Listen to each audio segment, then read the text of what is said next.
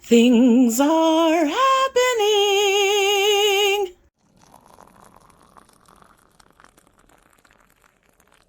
So, hi, we have some stuff going on in the garden and I wanted to show you a few things. One of the first things I want to show you is how we've managed to protect some of our boxes. As you recall, we were having issues with the cats getting into these bottom boxes.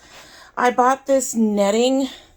This is supposed to be to protect, you put it up around your balcony, like around where you have stairs, and it's supposed to help keep your baby from falling through railing slats and stuff like that. And this one that I got is very, very flexible. Obviously, it's just basically some mesh, and it was about $16 on Amazon. I'll list it down below in case anybody wants one. But it has proven to work, and I've set it up in such a way that I have it hooked with the zip ties on one side. The bottom is open. I haven't had any problem with the kitten going in. I have tightened it up a little bit by putting in another zip tie down here. And then over here on the side, let me get over here real quick. Now, I didn't really tie it over here in the back because I was feeling lazy the other night, and it seemed like to be doing its job. But over here on the side, I put in actual ties. They actually give you the ties to do this.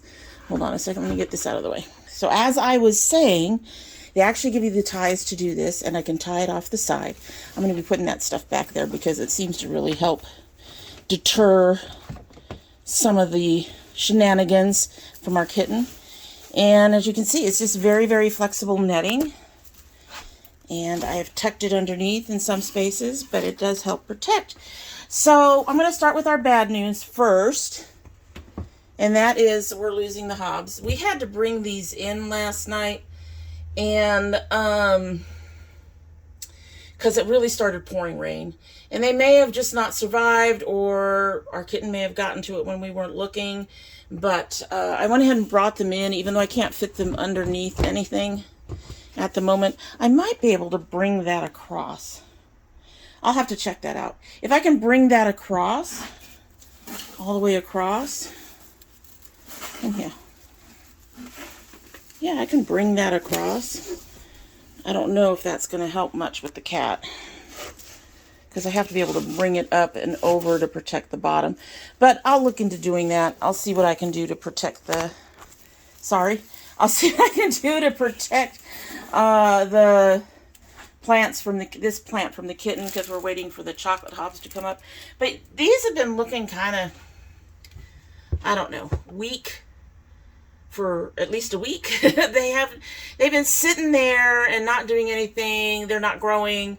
The color is kind of pale, so kind of expected them to go. Hopefully we'll get enough chocolate hobs in that I can just take one of the extras from the chocolate hobs and just transplant it over there. Habaneros are pretty cheap and easy to find. All right, so now for the exciting news. We have shit coming in, guys. We have shit coming in. First, we have shishitos. We have at least 4 shishitos, possibly all 5 shishitos coming up over there. So I'm going to have to thin those out probably a little early, down to 3, just because they're all so close together. I will wait for them to come up completely. They should be up completely, if not by tonight, by early tomorrow morning, and I'll be able to figure out if I need to pull anything. We have an Anaheim up. Yay!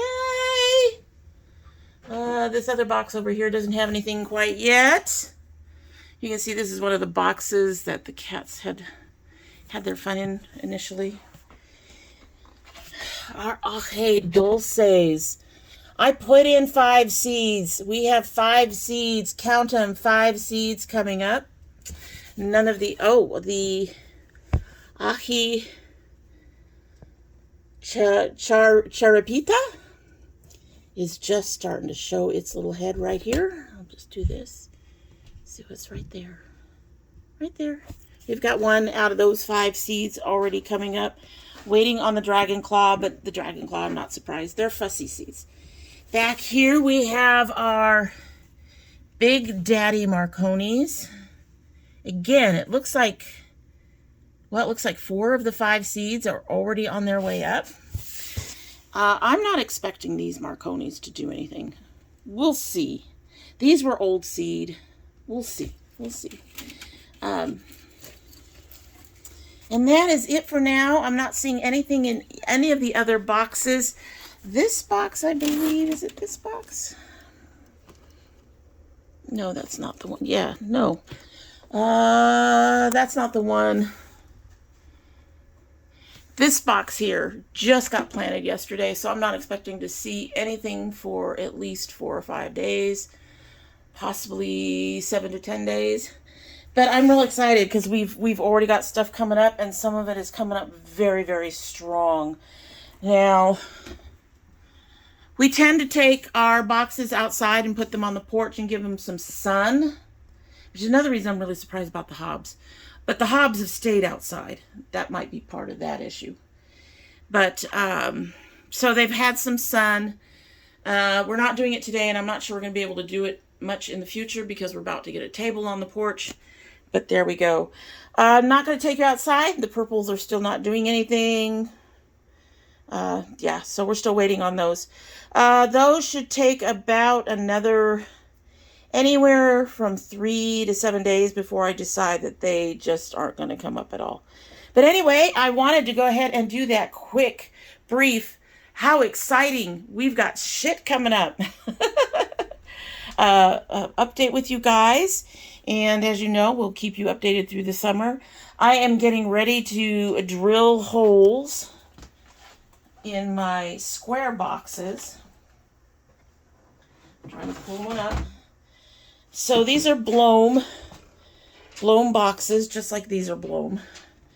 And as you can see, they have spots where you can drill holes, but they don't have any actual holes, and I can't actually punch them. So I'm going to have to get a drill and drill some holes so that in about a week or 3, not sure quite when, we've got some things coming up.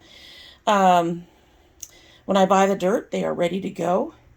And you'll get to see my granddaughter and my son helping me plant our tomatoes and squash, which are fast growers, thankfully. Anyway, so that's it. I hope you guys, if you're gardening, your gardens are growing well. And we'll see you later.